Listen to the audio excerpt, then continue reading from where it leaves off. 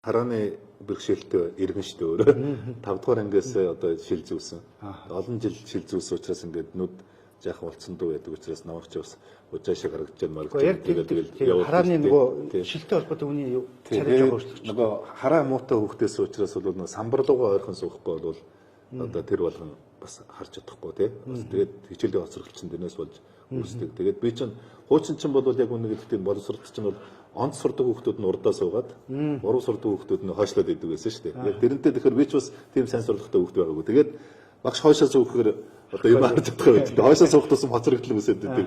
Нэг ийм зовлон бол би бээр амссан хүн юм байна. Насаараа одоо баруун чинь 5 дугаар ангиас шил зүгээд их олон жил одоо шилжүүлээ шүү дээ. Тэгээд ер нь одоо сая сүүлийн боловсролын сайд болсноос хойш энэ хүүхдийн эрүүл мэнд гэдэг бол ер нь боловсролоос чухал юм байна тий гэдэг эстерч анхаард байгаа. Тэр зэсмэн цэцэрлэгийн наснаас нь энэ хүүхдийн нүд шүдний асуудлууд дээр бид нэр онцгойлон анхаарах хэрэгтэй юм байна гэж би бодод байгаа. Тэгээ бид нар чинь судалгаа хийж үзэхэд одоо цэцэрлэгийн насны хүүхдүүд тэгээ багангийн хүүхдүүдийн энэ шүдний цоролт бол баг үндсэндээ нийт хүүхдийн 70-аас 80% буюу 10 хүүхдийн 7-оос 8% шүдэн цорч. Тэгээ шүд цорно гэдэг чинь ер нь бүх өвчний одоо ерөөсө шүд ам болол ерөөсө бүх өвчний одоо их үүсэр болчих юм байна. Тэгээ одоо маш их тийм сэтгэл эмзэгдүүлсэн юм үр дүн гарсан учраас бол ер нь одоо энэ нүд шүд хоёрын дээр энэ сургуульд суурилсан яг 1-р ангид ороход нь одоо бид нар чинь сүүлийн 3 жилд нөгөө үнэлгээний шинэ тогтолцоонд ороод 1-р ангид ороход нь бид нар сургууль бэлтгэсэн байдлын үнэлгээ гэж авдаг онцлогоо гэдэг байхгүй.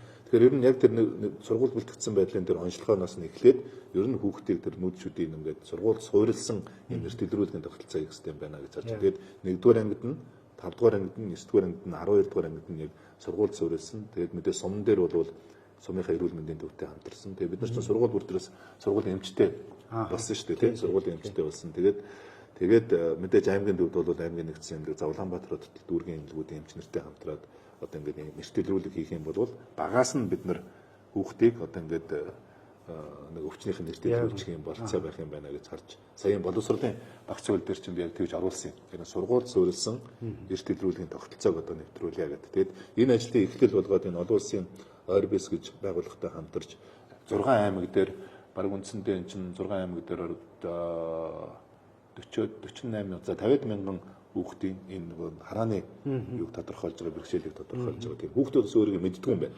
Мэдхгүй. Тийм тэрнээсээ бодоод хөрхи хүүхдүүд чинь маш их тийм хичээлийн хоцрогдолд ордог. Тэгээд хичээлийн хоцрогдолд орохоор хүүхдүүд цаашаа сурах сонирхолгүй болдог. Анги дэвших тусмаа сурах сонирхолгүй болдог.